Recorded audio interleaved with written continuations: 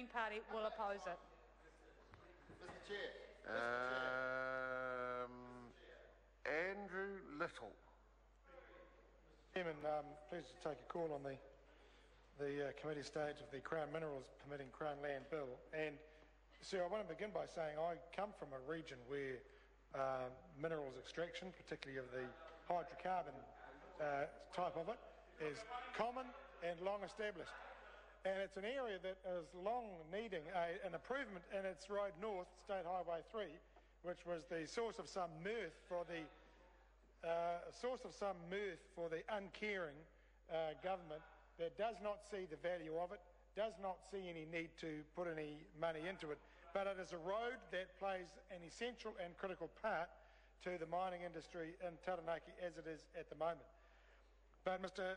Chairman, what I want to comment on is the supplementary order paper 205 and make the point that that supplementary order paper ignores the genuine anxiety, even including in places like Taranaki, that are quite familiar with mining and hydrocarbons extraction.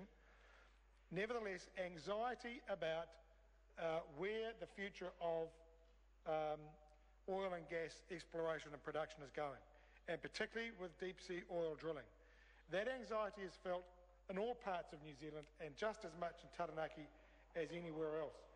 And what the community is looking for, and I know people in Taranaki just as much as anybody are looking for assurances from the industry itself, but actually also from the government, the regulator of the industry, assurances that proper precautions are being taken when new permits are being let, particularly deep sea oil exploration and drilling permits, and that the government and the industry is taking seriously the concerns that people have. Because, Mr. Chairman, those concerns and anxieties are real, and people look around the rest of the world, see the mistakes that have been taken, and quite rightly, when it comes to their back doorstep, they are saying, what precautions are being taken here? In Taranaki, before the change of government, we were on the cusp of having a rapid response unit for maritime drilling, marine drilling, and that seems to have been shelved and gone nowhere. And that is an important issue.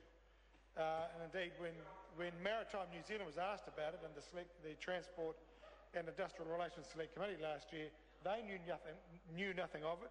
But when you talk to the Honourable the Mayor of New Plymouth, the Honourable His Worship Harry Dynhoven, about it, he will tell you chapter and verse the work that had been done in preparation for a rapid response unit in the event of an incident or an accident offshore in Taranaki. Where is that sort of reassurance here? What we have, the response of the government, is that if anybody opposes this type of activity in our seas, there is something wrong with them, and they are to be punished, and they are to be shut down, and they are to be locked out of any legitimate protest activity.